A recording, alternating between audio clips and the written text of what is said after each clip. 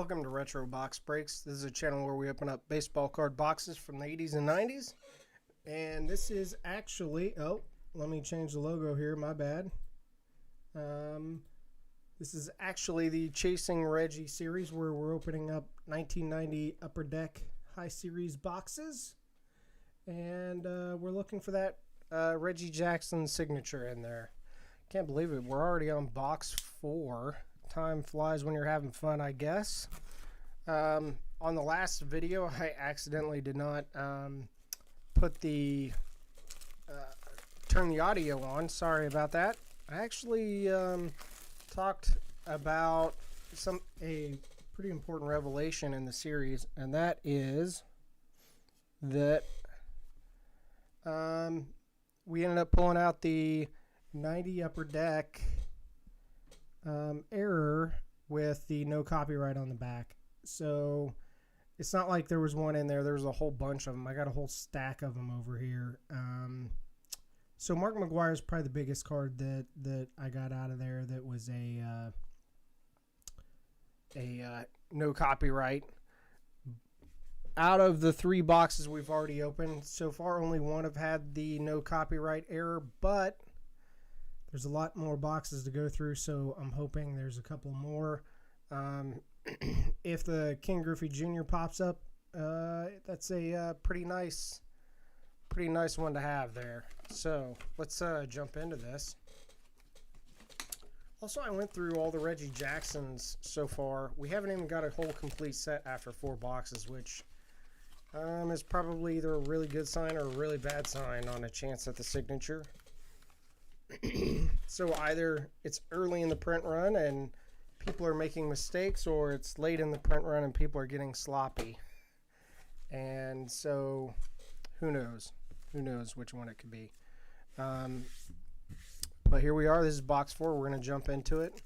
I figured I would kind of pick a topic to talk about kind of each of these boxes because, let's be honest, you can only talk about the cards in the box. So for so long, and considering this is only 4 of 20 in the first case, we got a long way to go. So a lot of people are talking about it. I thought it was an interesting topic, and I think maybe my point of view is a little bit different than the ones I've heard so far. So I thought I would talk about the PSA situation with the shutdown, which was, I think, a pretty big deal for a lot of people. 4 of 9, we've gotten that one before. So they are only accepting submissions at the $300 and higher level. For now, their anticipation is that they will have all the levels open back up by July 1st, but being the pessimist that I am, I would bet all day long that that does not happen. The bigger question for me is, what does that mean for the hobby? What does that mean for the cards from an investment standpoint?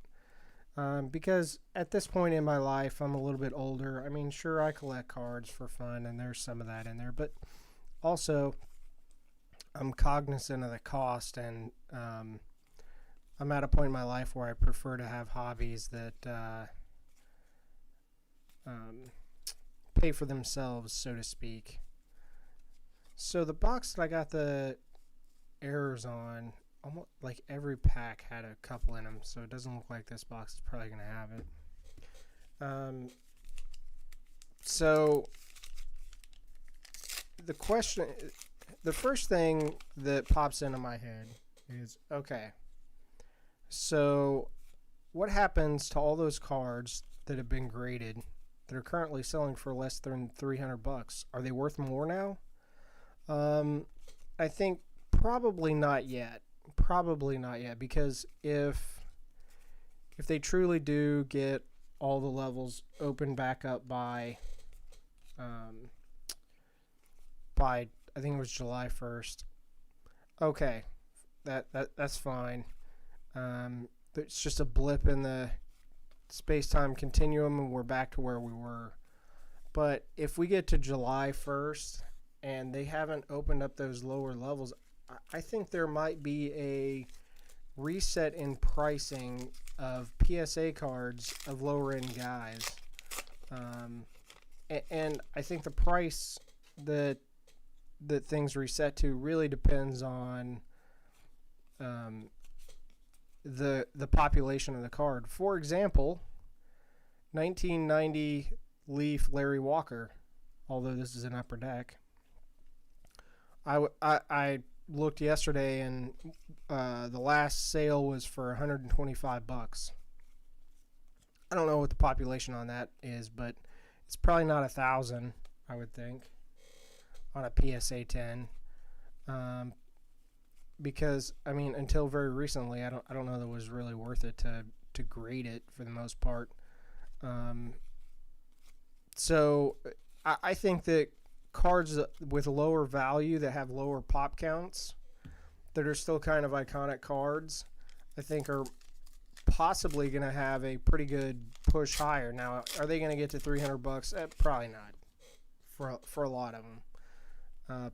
But for any bigger name rookie card, well, I say bigger, but any rookie card of maybe like a Larry Walker. Oh, there's Nolan Ryan, pretty nice. You know, maybe for a Larry Walker, or if you have a Nolan Ryan 90 upper deck, which, okay, so it's not his most desirable card, but it's a Nolan Ryan and probably a really low pop count. Maybe those cards go up closer to $300 because they just don't exist, and they're never going to exist unless you pay that higher amount. Now, probably what will happen is Bob Hamlin. There we go. Probably what will happen is they'll have some tier that's less than $300. But you know, I was watching podcasts. I think it was yesterday. Podcast might not be the right term. Maybe it was a YouTube video. Maybe that's the correct term, of Card Ladder. And you know, they were speculating that the submissions at the $300 level are still going to be so high that PSA may be like, you know what?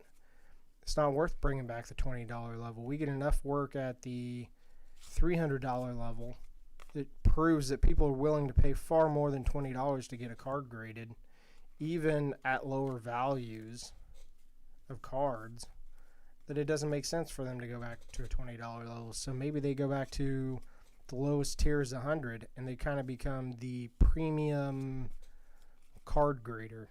And I think that's a real possibility. I mean, one of the reasons why prices go up is because companies can't handle the demand, so they raise the price to try and reduce the demand.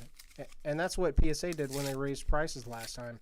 The demand was so high, they raised prices in an effort to try and tamp down demand a little bit, and it just didn't work for them. Now, there's obviously a dollar amount that will reduce demand. I mean, at $300, there's going to be a lot less people sending in certain types of cards, right? You're not going to open a box of cards and send in nearly every card anymore, or even all the rookie cards like I guess some people were doing with the new basketball cards. Man, the pop numbers on those new basketball cards are bonkers, absolutely bonkers. I don't think people realize how horrible the pop numbers are on those cards yet, and they're not going to realize it for several years. But Roger Clemens. I mean, you're not going to send a $20 card in, or a card that sells raw for $20 to get it graded at the $300 level to try and turn it into a $150 card or even $400 card. I mean, even $500, unless you're really good at figuring out if it's going to be a 10 or not.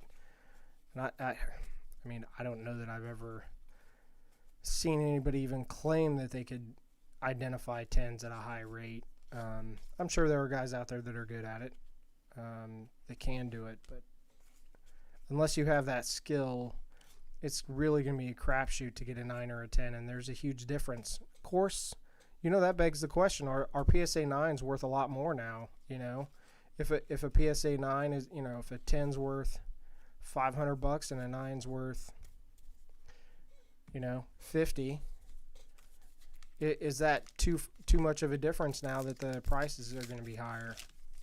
I don't know. I think probably at the lower end for sure.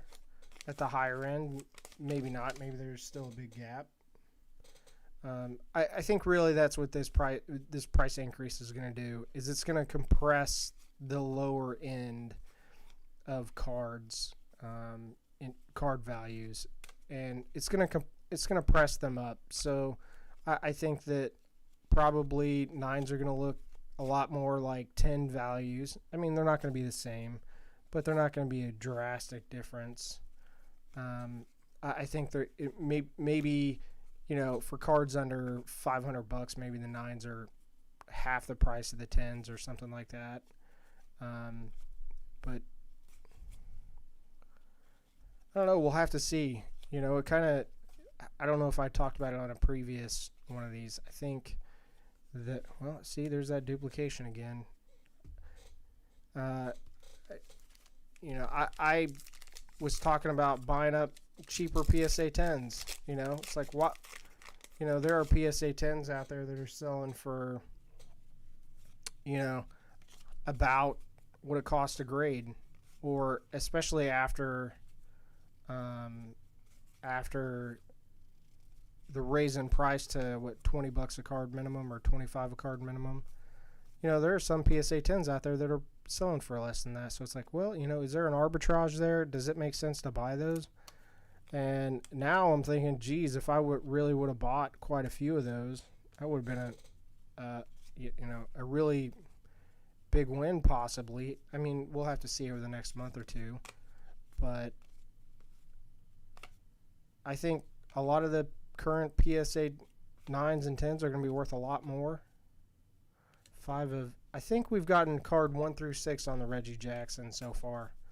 I'd hate to get through a whole case and only have 1 through 6. That would suck. I mean, we haven't even gotten one of the 9 or 10. I think it's 9 that he actually signed on. I don't know. Maybe that's a good sign. Maybe they took all those out because he signed them. I don't know. But yeah, this PSA thing is pretty interesting. You know, another question is, you know, if they do continue to hold their prices high, what does that mean for grading in general? I mean, there are more competitors now, which I guess is good in the sense that you have more places to send your cards. But you know, really, PSA is the company that if you want to get top dollar for your card, you send them there. Of course, you know, maybe over time that changes. You know, HGA, from what I've seen, a couple of videos that I've seen, that they're kind of, as far as reselling, they're doing all right. They're not blowing it out of the water, but they're doing okay. You know, Beckett's, you know, it hasn't been quite at that PSA tier, but it's been pretty close for a long time. So maybe what happens is, for these lower end cards, you know, if PSA is not in the market, and I think this is really dangerous for PSA, honestly, to not, if they don't go back to offering the lower tier service. I think it's a real risk for them, because if you get people who are grading those Bo Jackson lower tier cards with another grading company, I mean, sometimes those lower tier cards turn into more valuable cards. And you know, if the only way you could get a, I don't know any of the newer guys, but like, let's say Larry Walker 90 Leaf, you know, if all of them for the last, you know, 10 years have been sent to HGA instead of PSA, and then he goes into the Hall of Fame, is a little bit of a surprise, and he becomes more popular in the hobby to get his rookie card. You know, PSA is not even in the market. You know, they're not even in the game, and I think the challenge there for them, or the possible issue, is that, you know, people really become accustomed to the HGAs and the BGSs and the what is it, CSAs? Is that the other one? You know, and the SGCs. And so they start to be more competitive in price. And then once they start to become more competitive in price, you know, they start to eat into that higher value range, you know. I mean, if you can get top dollar for a card that's a couple $100 at a PSA 10, you know, at what point do people, it's okay to pay top dollar for something that's 500 and then 1,000, and then, you know, I think PSA is probably going to have to come back with the lower tiers, is what I'm saying here. I think it'll be a pretty big strategic error if they don't. Yeah. But I think it really provides, if they don't, the good news is it really provides an opportunity both for collectors to possibly, you know, if you want to go back and scoop up a bunch of cheaper PSA 10s of cards that maybe are more desirable, but, you know, they're kind of junk wax era. Maybe they got a couple of too many numbers in the pop reports. You know, maybe it's worth it to go back. Or, you know, for something that doesn't have a lot of numbers in the pop report, maybe it's worth going back and picking up PSA 9s, because you're not going to see nearly as many of those, I would bet, because people are going to be a lot less likely to send in cards that are going to be grading. You know, people aren't just going to send cards in willy-nilly at $300. I mean, at $20, it's kind of a gamble. You know, you look at it, you think, okay, it's worst case scenario, it comes back at 9, I can probably get my money back.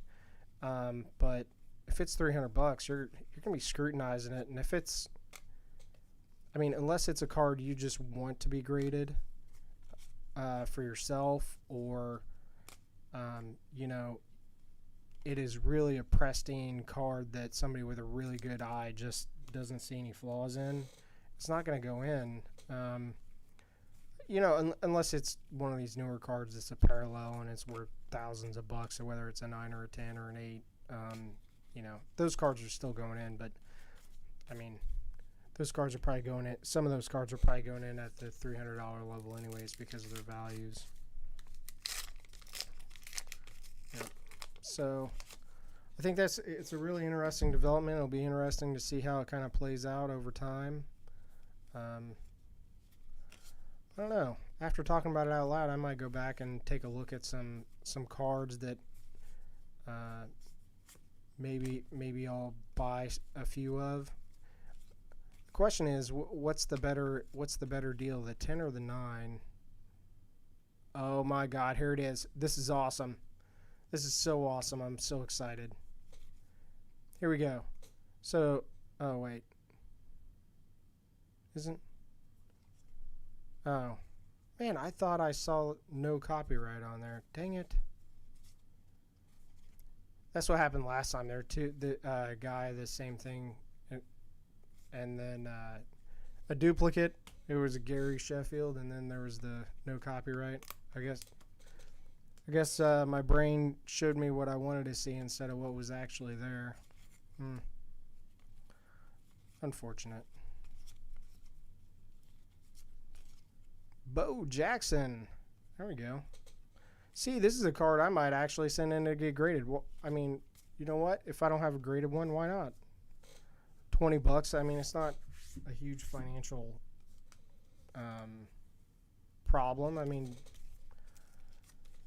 heck, you can barely go to lunch, go to dinner for $20. I mean, you got to go to a cheap place if you're doing it for less than $20 a person. So, I mean, it's not a huge deal. But now $300, there's no way in heck that's going in.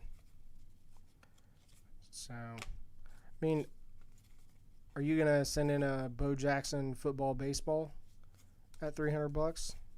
I don't think so. I mean, maybe those 9s and 10s are gonna be worth far more. I mean, the 10s I think were already getting ridiculous. It's been a while since I've seen pricing on them, but yeah, I don't know. I'm still kind of formulating a full thought here about what this is going to do. I mean, heck, there's a lot of cards that wouldn't get graded that I mean, after they're graded, maybe it's worth it. A great example, you can't really see it on the wall behind me, but there's a Nolan Ryan 1991 Don Russ Elite. Cal Ripken Jr.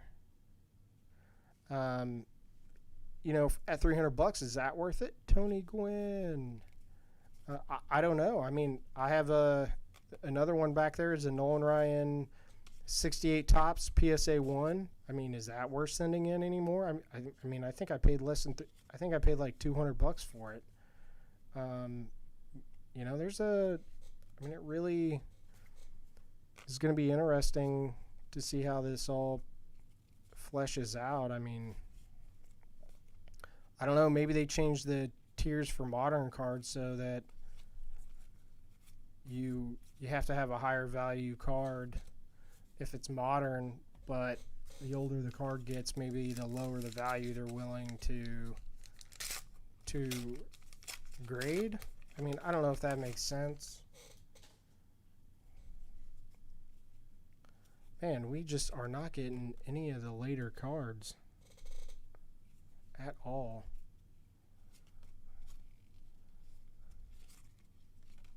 We did get a Larry Walker, which is good.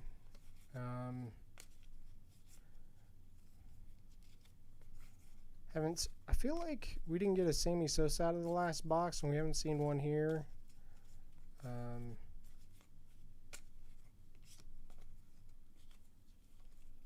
Gary Sheffield. All right, just because the last time had to check, see if there was a copyright on there.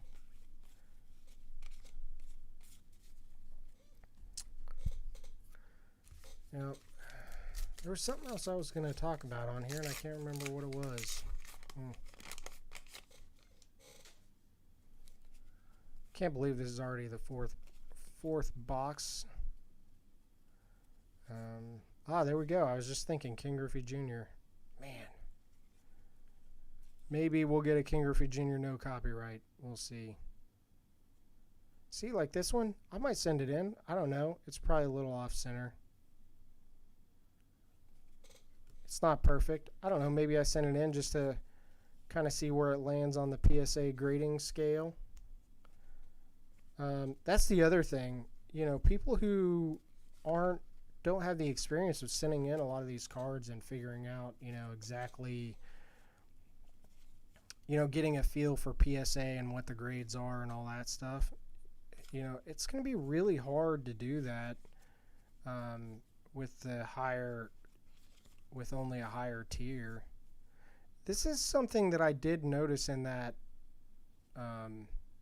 box with the missing copyrights is the sticker problem here. For whatever reason, the stickers don't get applied fully.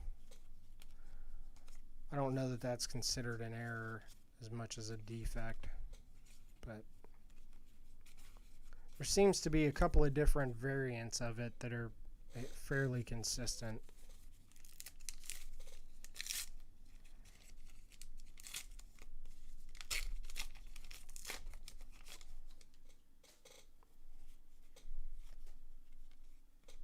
Mark Grace. Oh, there's another Bo Jackson. It's like 3 different Bo Jacksons in this set, maybe 4. Got his regular card, got his the team checklist. What's that? Maybe an MVP or something. American League. Maybe highest vote getter or something like that. I could be wrong, but it doesn't seem like we're seeing much duplication in here. I mean, definitely not of the cards that I'd be pulling out.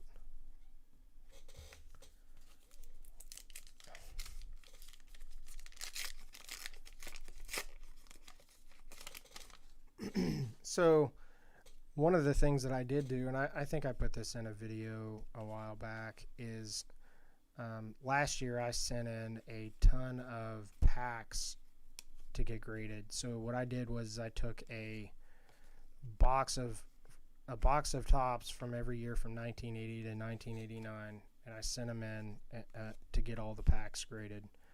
I'm I'm crazy enough that I literally just bought the boxes and sent them into PSA. And to be honest, given the level of risk that I took, I got pretty lucky. Only 2 packs came back ungradable because there wasn't enough wax on them. But all the rest of them came back gradable. And, there were a couple of years where I didn't get the best of grades. But for the most part, they came back 7s and 8s. A few 9s in there for a couple of years. And I think I got 2 10s out of the whole thing. So now the question is, what the heck are those things worth? I mean, before this, Greg Maddox, the 1980 tops worth, $250, $300, probably about what the pack would sell for if you were buying it for BBCE. But okay, so let's say that stays about where it's at, because it's give or take about what it would cost to grade it, and the market doesn't fully value those things sometimes. Okay, so that's fine, but then what happens to like the 1989 and 1988 tops? Like, nobody's gonna grade those.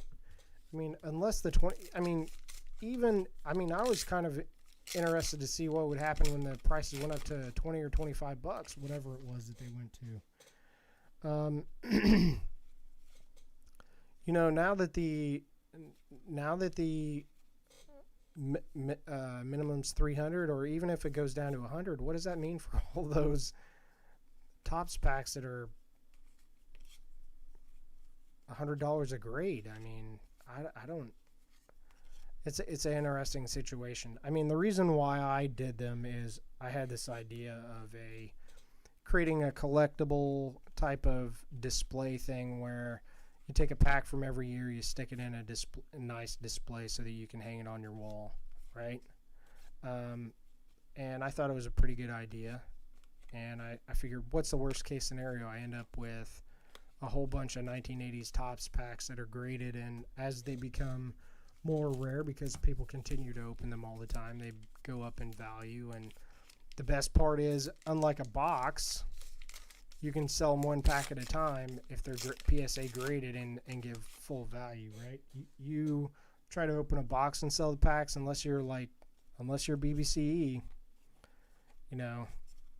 it's either going to take you forever to sell them, or you're not going to be able to sell them at market.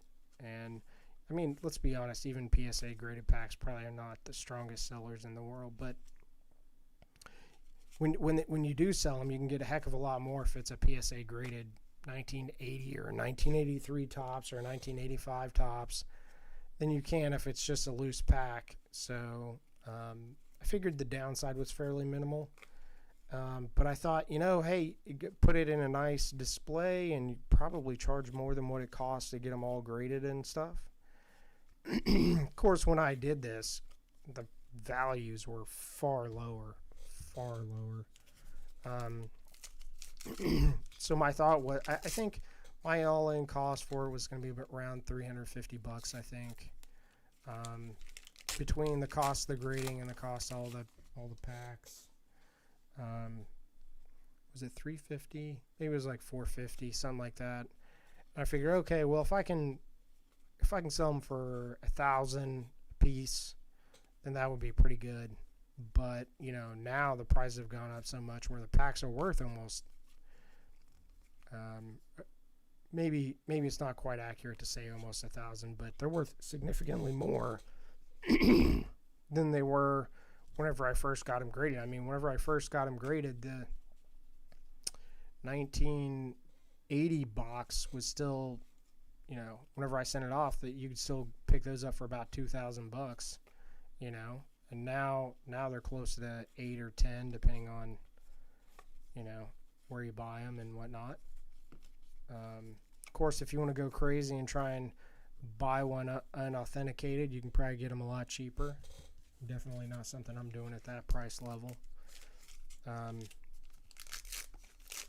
But yeah, now the packs themselves are selling for like $300. I mean, I thought I was doing pretty good when I got those back, and Bonds, all the good cards have been on top. You know, I thought I was doing good whenever I got those back, and I had paid like I think I paid $2,000 for the box. So what's that come out to? Like $60 a pack, something like that. $40 a pack. Yeah, we'll call it $60 a pack, and they were selling. And then it was about $16 to get it graded. So I'm in for about 75, and they were selling for like, 125, 100, kind of depending on the day.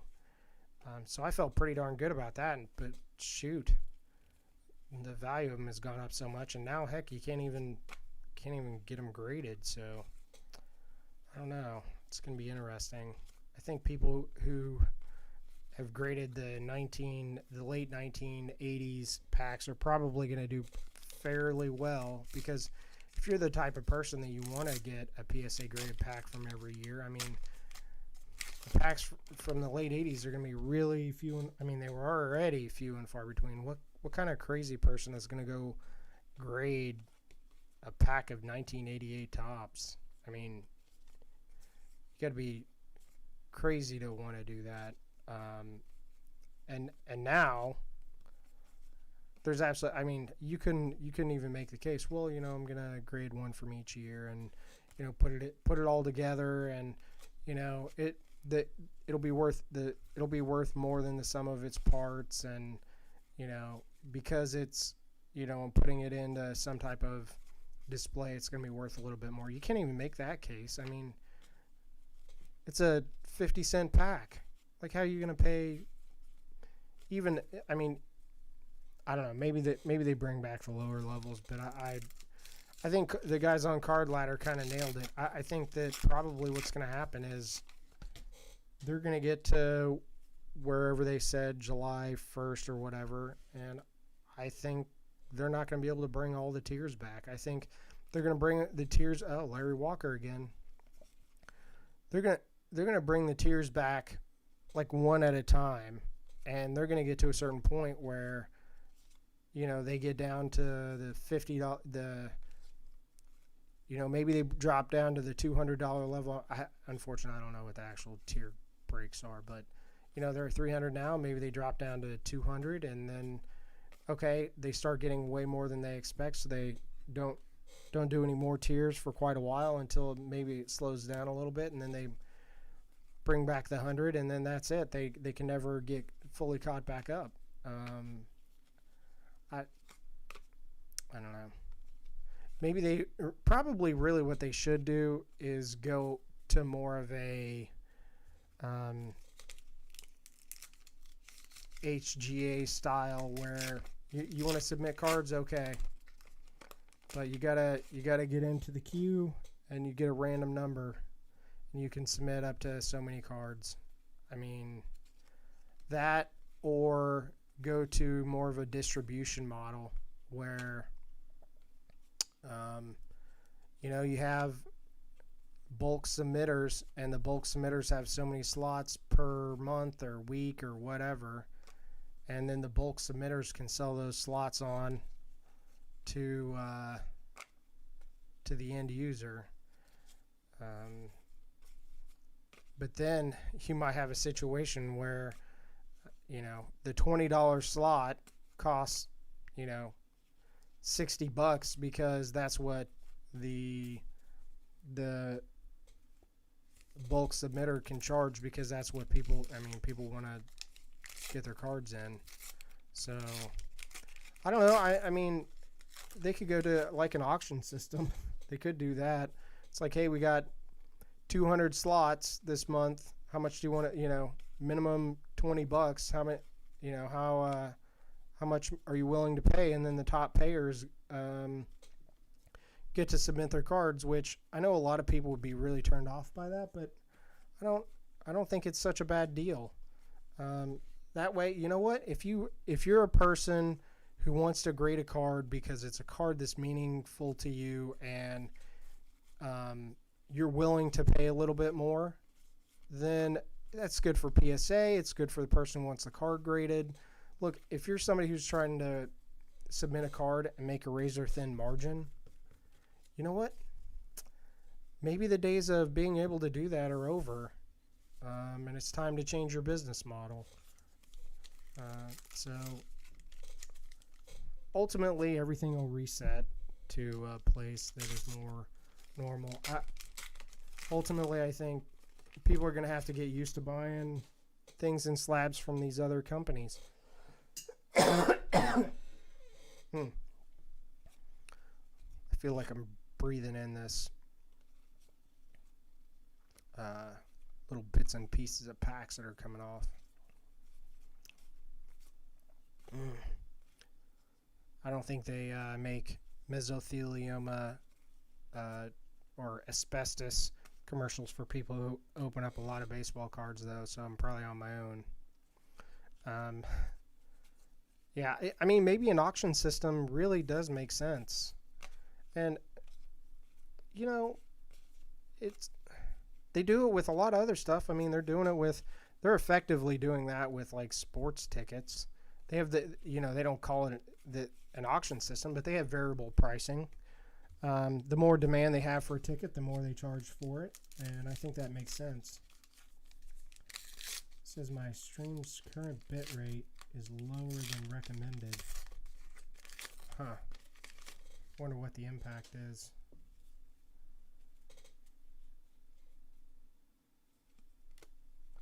It says there is a bit rate. I do have my audio on, hopefully. Audio. Is there audio? Yes, there. Okay. I was like, I turned it on. Jeez, oh Pete's. Let's be honest, hardly anybody's watching at this point. If there's anybody watching, thank you very much. Oh man, possible interesting card here. This is the Nolan Ryan 6th no-hitter. And we got the 300 win. Ah, there we go. It's another rarer card. Sweet. That is awesome. See, that's a card that I don't know if I would send in at $300, but it's a card that I might send in at $100. Is it worth it? Absolutely not. Is it worth it to me? If I got it back at PSA 10, heck yeah, it'd be worth it to me. If I got it back at PSA 9, it would be worth it to me. Because that's a card that I distinctly remember owning as a kid, and I really thought was going to be really something. Honestly, I think I ended up selling it to the card shop maybe for like $20, which at the time I was pretty young. I mean, it was a lot of money. So.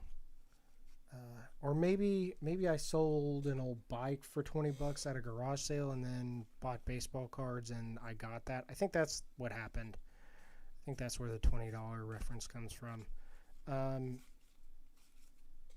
There's another one of those crescents. So a lot of sloppiness in the production of this particular case here. I don't know. I'm hoping we'll get back to the no copyright errors. I think that'll be fun. Getting down to the last couple of packs, though. It's pretty awesome. We got that Nolan Ryan error. You know, I thought we would really be getting a lot more variety in the Reggie Jackson cards.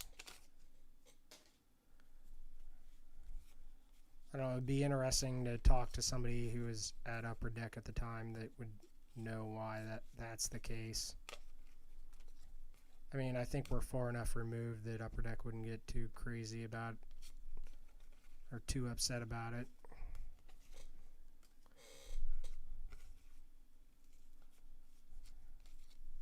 David Justice, rookie card.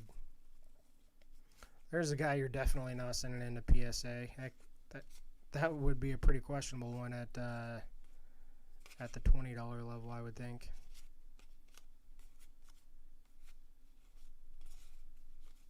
All right, last pack in the box here. We are finally there.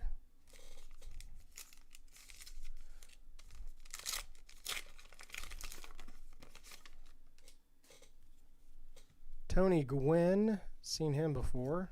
Juan Gonzalez, we haven't seen him in a while. Pulling that out. I don't know if I was pulling those out or leaving those in before. Obviously, almost no value there, but I'm pulling them out because I like them. They're very nostalgic for me. And I have no idea what I'm doing with all these stickers.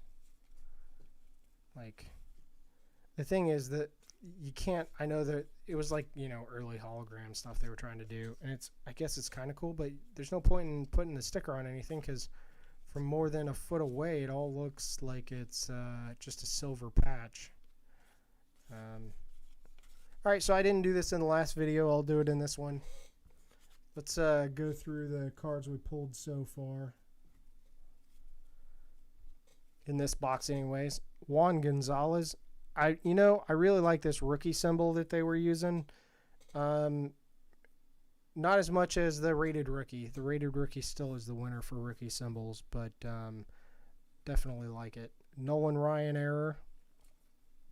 Mark McGuire.